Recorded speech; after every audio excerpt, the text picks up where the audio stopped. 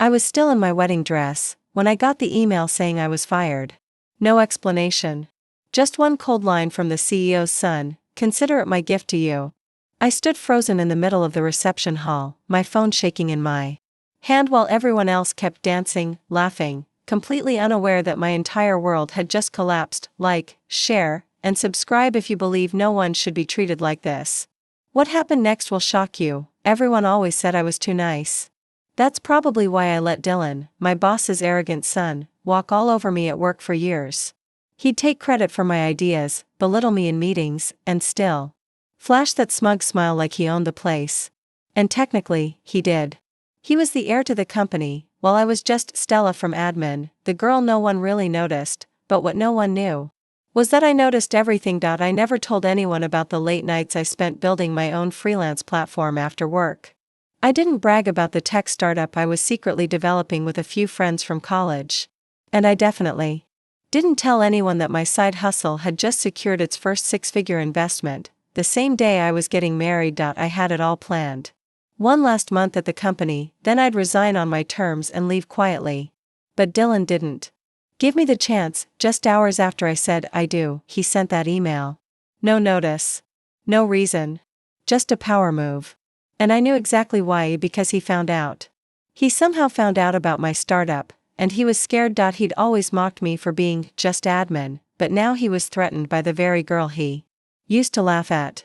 So he fired me on my wedding day and made sure everyone would know it was him who did it. But what he didn't know was who else had found out, because someone else had also been watching me quietly, someone powerful, and someone who didn't agree with his son's cruelty. And the next day, I got a call that would flip everything upside down. The call came at 9 a.m. sharp. I was still in bed, mentally replaying the humiliation from the day before, wondering how I'd explain to my new husband that I'd been fired on our wedding night. I didn't recognize the number, but when I picked up, the voice on the other end made my heart skip. "Stella? This is Richard McMillan, Dylan's father." I sat up straight, my voice caught in my throat. Richard McMillan, the founder of McMillan Enterprises, a billionaire, a business genius, and the man who trusted his bratty son to run the company. "I'd just been kicked out of. I want to meet," he said. Privately. Today. By noon, I was sitting across from him in his penthouse office, the city skyline stretching behind him like something out of a movie. He didn't waste time with small talk. "I heard what Dylan did," he said, sliding a folder across the desk toward me. "And more importantly, I've been keeping an eye on what you've been building." My breath caught as I opened the folder. Inside were screenshots of my startup's platform, investor notes, even pitch decks I'd never publicly shared. Somehow, he had everything. "You've created something incredible," he said. "But my son, he let his ego ruin the opportunity to work with someone like you." I stared at him, confused. "So, what is this?" He leaned back, his eyes sharp. "This is my offer. I want to personally invest in your company. I want to help you scale it. And I want you to know, firing you was never my idea." My mind was spinning. This had to be some kind of joke. Just yesterday, I was crying in the bathroom, feeling like a joke on my own wedding day. And now, his father wanted to fund my future. Then he said something I'll never forget: "I built my empire by spotting underdogs. And Stella, you're the kind of storm people don't see coming, until it's too late." I didn't even realize my hands were shaking until he placed a sleek black folder on top of the documents. I opened it slowly. Inside was a check with 6 zeros, and a clause that read, "Full creative control retained by Stella Matthews. McMillan Enterprises, silent partner only." Just then, his assistant rushed in, panic on her face. "Sir? Dylan's here. He says it's urgent." Richard looked at me and smirked. "Perfect timing. Let's make this a very memorable reunion." The door burst open. Dylan stormed in like he owned the building, red-faced, furious, still wearing his overpriced arrogance like a suit. He froze when he saw me sitting across from his father, calm and collected. "What the hell is she doing here?" he snapped. "She doesn't work here anymore." Richard didn't even flinch. "Sit down, Dylan." "I don't want to sit.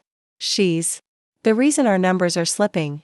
She was leaking ideas. She was." "Enough," Richard cut him off, his voice like steel.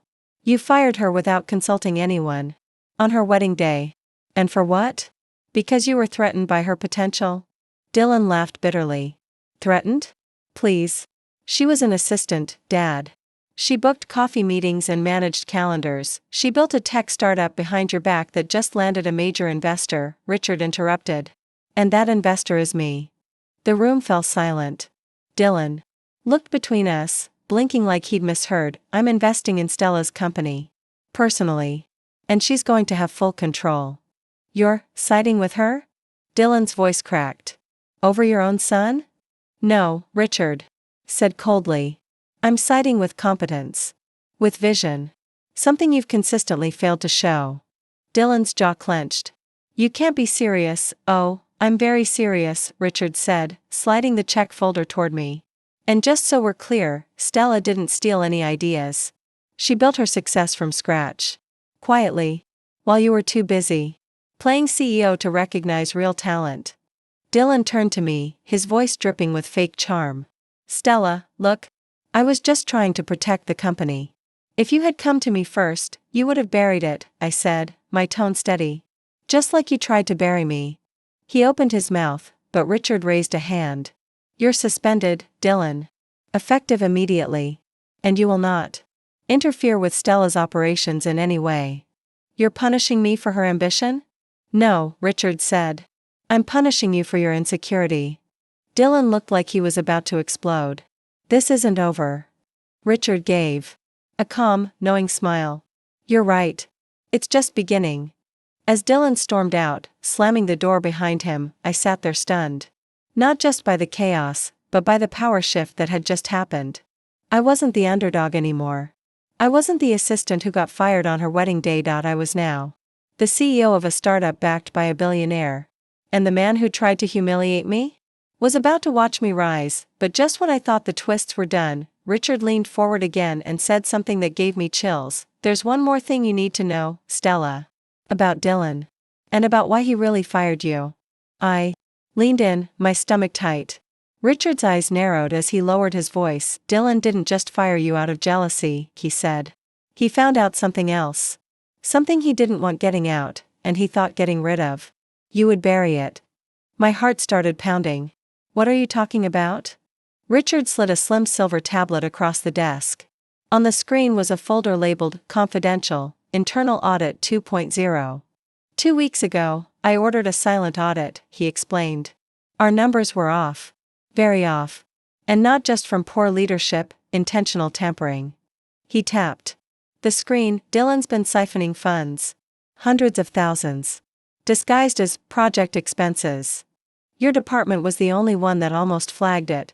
Because you questioned one of the entries. I remembered it now, that weird invoice I flagged 3 weeks ago. It had Dylan's initials, but no clear purpose. When I asked him about it, he barked, "Stay in your lane, Stella." He knew I was close to uncovering him. And instead of fixing it, he fired me. He thought by pushing you out quietly, he could buy time and clean up the trail, Richard said. But your firing was too loud. Too personal. It raised eyebrows, especially mine. I stared at the screen, trying to wrap my head around it.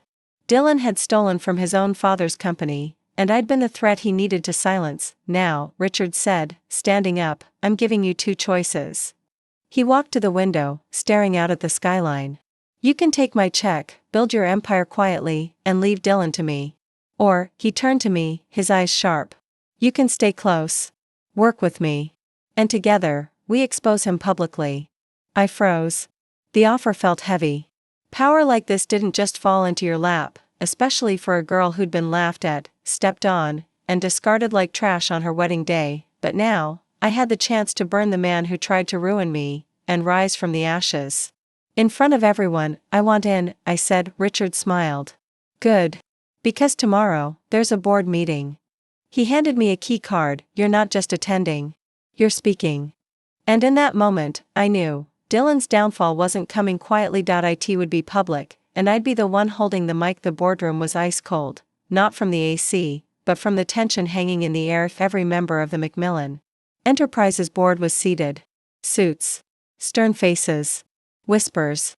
They all knew something was off, but no one knew exactly what. Not yet, and then the doors swung open. Dylan entered first, grinning like nothing was wrong, adjusting his tie like he was walking into his coronation. But the moment he saw me standing at the front of the room, next to his father, his face drained of color. "What is she doing here?" he barked, stopping in his tracks. Richard didn't flinch. "She's today's guest speaker." The board turned toward me. I took a breath, steadying the nerves that had haunted me for years. No shaking hands. No lowered gaze. This time, I was in control. I clicked the remote, and the screen behind me lit up. "Over the past 6 months, I began, over $850,000 has been misappropriated from internal development budgets under false project names." Murmurs erupted instantly. "Each of these transactions," I continued, "bore one common authorizing sign-off, Dylan McMillan." Dylan stepped forward, fake confidence dripping from his voice. "This is absurd. She's twisting numbers. There's no proof." I tapped again. "Screenshots. Invoices. Fake project reports. His signature, and finally, one video security footage from 3 weeks ago. Dylan in the executive suite. Signing off a false document, then shredding the original copy." Gasps. Someone actually stood up. "You stole from your own company," I said, voice steady. "You tried to frame it as R&D. But you were using company funds to funnel money into your private shell corporation, one that's now frozen." The board turned on him in an instant. "This is insane," he shouted. "She's lying, Dad. You believe me, right?" But Richard stood calm, powerful. "You fired Stella to protect yourself. But in doing so, you exposed everything. You're officially suspended from all executive duties, effective immediately. Legal action is already in motion." Dylan's face twisted into panic. "You'd do this to your own son?" "No," Richard said coldly. "You did this to yourself." Security entered. Dylan tried one last desperate glare at me, but I didn't flinch. He was dragged out, and in that moment, everything changed. I wasn't just the girl who'd been fired on her wedding day. I was the woman who exposed a corporate fraud, stood tall in front of billionaires, and defended the very values they tried to erase in me. By the end of the meeting, the board unanimously voted to fund my company as a strategic partner. Full control. Global launch. My name, on every piece of branding, from the assistant they forgot, to the CEO they now respected. And as I walked out of that boardroom, heels clicking, head high, I knew this wasn't just revenge, this was my beginning.